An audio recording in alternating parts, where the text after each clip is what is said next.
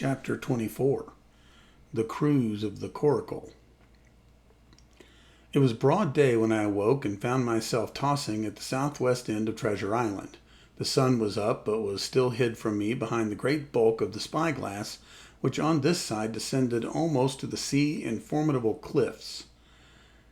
Haulbowline Head and Mizzenmast Hill were at my elbow, the hill bare and dark, the head bound with cliffs 40 or 50 feet high, and fringed with great masses of fallen rock. I was scarce a quarter of a mile to seaward, and it was my first thought to paddle in and land. That notion was soon given over. Among the fallen rocks the breakers spouted and bellowed, loud reverberations, heavy sprays flying and falling, succeeding one another from second to second, and I saw myself, if I ventured nearer, dashed to death upon the rough shore, or spending my strength in vain to scale the beetling crags. Nor was that all, for crawling together on the flat tables of rock or letting themselves drop into the sea with loud reports, I beheld huge slimy monsters, soft snails, as it were, of incredible bigness, 2 or 3 score of them together, making the rocks to echo with their barkings. I have understood since that they were sea lions and entirely harmless, but the look of them, they added to the difficulty of the shore and the high running of the surf, was more than enough to disgust me of that landing place. I felt willing rather to starve at sea than to confront such perils.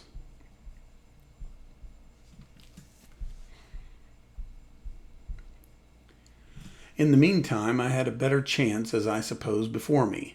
North of Haulbowline Head, the land runs in a long way, leaving at low tide a long stretch of yellow sand. To the north of that again there comes another cape, Cape of the Woods, as it was marked upon the chart, buried in tall green pines which descended to the margin of the sea. I remembered what Silver had said about the current that sets northward along the whole west coast of Treasure Island, and seeing from my position that I was already under its influence, I preferred to leave Haulbowline Head behind me and reserve my strength for an attempt to land upon the kindlier-looking Cape of the Woods. There was a great smooth swell upon the sea. The wind blowing steady and gentle from the south, there was no contrariety between that and the current, and the billows rose and fell unbroken. Had it been otherwise, I must long ago have perished. But as it was surprising how easily and securely my little and light boat could ride. Often, as I still lay at the bottom and kept no more than an eye above the gunwale, I would see a big blue summit heaving close above me, yet the coracle would but bounce a little, dance as if on springs, and subside on the other side into the trough as lightly as a bird. I began after a little to grow very bold, and sat up to try my skill at paddling. But even a small change in the direction of the weight will produce violent changes in the behavior of the coracle, and I had hardly moved before the boat, giving up at once her gentle dancing movement, ran straight down a slope of water so deep that it made me giddy, and struck her nose with a spout of gray deep into the side of the next wave. I was drenched and terrified, and fell instantly back into my old position, whereupon the coracle seemed to find her head again, and led me as softly as before among the billows. It was plain she was not to be interfered with, and at that rate, since I could in no way influence her course, what hope I had left of reaching land? I began to be horribly frightened, but I kept my head, for all that. First, moving with all care, I gradually bailed out the oracle with my sea cap. Then, getting my eye once more above the gunwale, I set myself to study how it was she managed to slip so quietly through the rollers.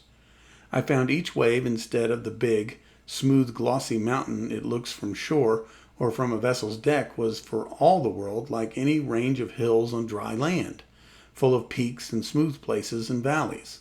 The coracle, left to herself, turning from side to side, threaded, so to speak, her way through these lower parts and avoided the steep slopes and higher toppling summits of the wave. Well now, thought I to myself, it is plain I must lie where I am and not disturb the balance, but it is plain also that I can put the paddle over the side and from time to time in smooth places give her a shove or two towards land. No sooner thought upon that done. There I lay upon my elbows in the most trying attitude, and every now and again gave a weak stroke or two to turn her head to shore. was very tiring and slow work, yet I did visibly gain ground, and as we drew near the Cape of the Woods, though I saw I must infallibly miss that point, I had still made some 100 yards of easting. I was indeed close in. I could see the cool green treetops swaying together in the breeze, and I felt sure I should make the next promontory without fail. It was high time, for I now began to be tortured with thirst. The glow of the sun from above, its thousand-fold reflection from the waves, the sea water fell and dried upon me, caked my very lips with salt, combined to make my throat burn and my brain ache. The sight of the trees so near at hand almost made me sick with longing. But the current had soon carried me past the point, and as the next reach of sea opened out, I beheld a sight that changed the nature of my thoughts. Right in front of me, not a half a mile away, I beheld the Hispaniola under sail. I made sure, of course, that I should be taken, but I was so distressed for want of water that I scarce knew whether to be glad or sorry at the thought, and long before I had come to a conclusion, surprise had taken entire possession of my mind, and I could do nothing but stare and wonder.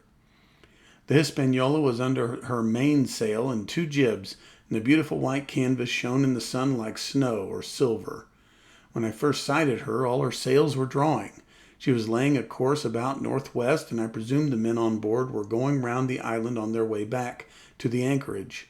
Presently she began to fetch more and more to the westward, so that I thought they had sighted me, and were going about in chase.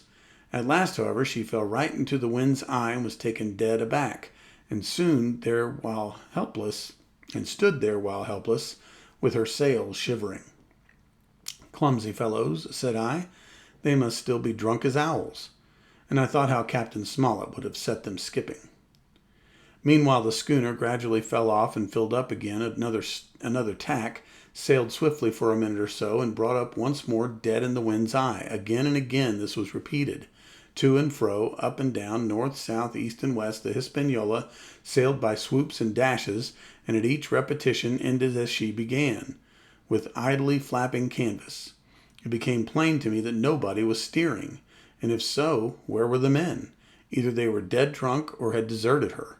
I thought, and perhaps, if I could get on board, I might return the vessel to her captain. The current was bearing coracle and schooner southward at an equal rate. As for the latter's sailing, it was so wild and intermittent, and she hung each time so long in irons, that she certainly gained nothing, if she did not even lose. If only I dared to sit up and paddle, I made sure that I could overhaul her. The scheme had an air of adventure that inspired me, and the thought of the water breaker beside the fore companion doubled my growing courage. Up I got, was welcomed almost immediately by another cloud of spray, but this time stuck to my purpose and set myself with all my strength and caution to paddle after the unsteered Hispaniola. Once I shipped a sea so heavy that I had to stop and bail, with my heart fluttering like a bird, but gradually I got in the way of the thing and guided my coracle among the waves, with only now and then a blow upon her bows and a dash of foam in my face. I was now gaining rapidly on the schooner. I could see the brass glisten on the tiller as it banged about, and still no soul appeared upon her decks. I could not choose but suppose she was deserted. If not, the men were lying drunk below, where I might batten them down perhaps, and do what I chose with the ship. For some time she had been doing the worst thing possible for me, standing still. She headed nearly due south, yawing, of course, all the time. Each time she fell off, her sails partly filled, and these brought her in a moment right to the wind again. I have said this was the worst thing possible for me, for helpless as she looked in this situation, with the canvas cracking like cannon and the blocks trundling and banging on the deck, she still continued to run away from me, not only with the speed of the current, but by the whole amount of her leeway, which was naturally great. But now at last I had my chance. The breeze fell for some seconds very low, and the current gradually turning her, the Hispaniola revolved slowly around her center, and at last presented me her stern, with the cabin window still gaping open, and the lamp over the table still burning on into the day. The mainsail had drooped like a banner. She was stock still but for the current. For the last little while I had even lost, but now, redoubling my efforts, I began once more to overhaul the chase. I was not 100 yards from her when the wind came up again in a clap, and she filled on the port tack and was off again, stooping and skimming like a swallow. My first impulse was one of despair, but my second was toward joy. Round she came till she was broadside onto me, round till she had covered a half and then 2/3 and then 3/4 of the distance that separated us. I could see the waves boiling white under the forefoot. Immensely tall, she looked to me from my low station in the coracle. And then, of a sudden, I began to comprehend I had scarce time to think, scarce time to act and save myself. I was on the summit of one swell when the schooner came stooping over the next. The bowsprit was over my head. I sprang to my feet and leaped, stamping the coracle under water. With one hand I caught the jib boom, and while my foot was lodged between the stay and the brace, and as I still clung there panting, a dull blow told me the schooner had charged down upon the struck the coracle, and that I was left without retreat on the Hispaniola.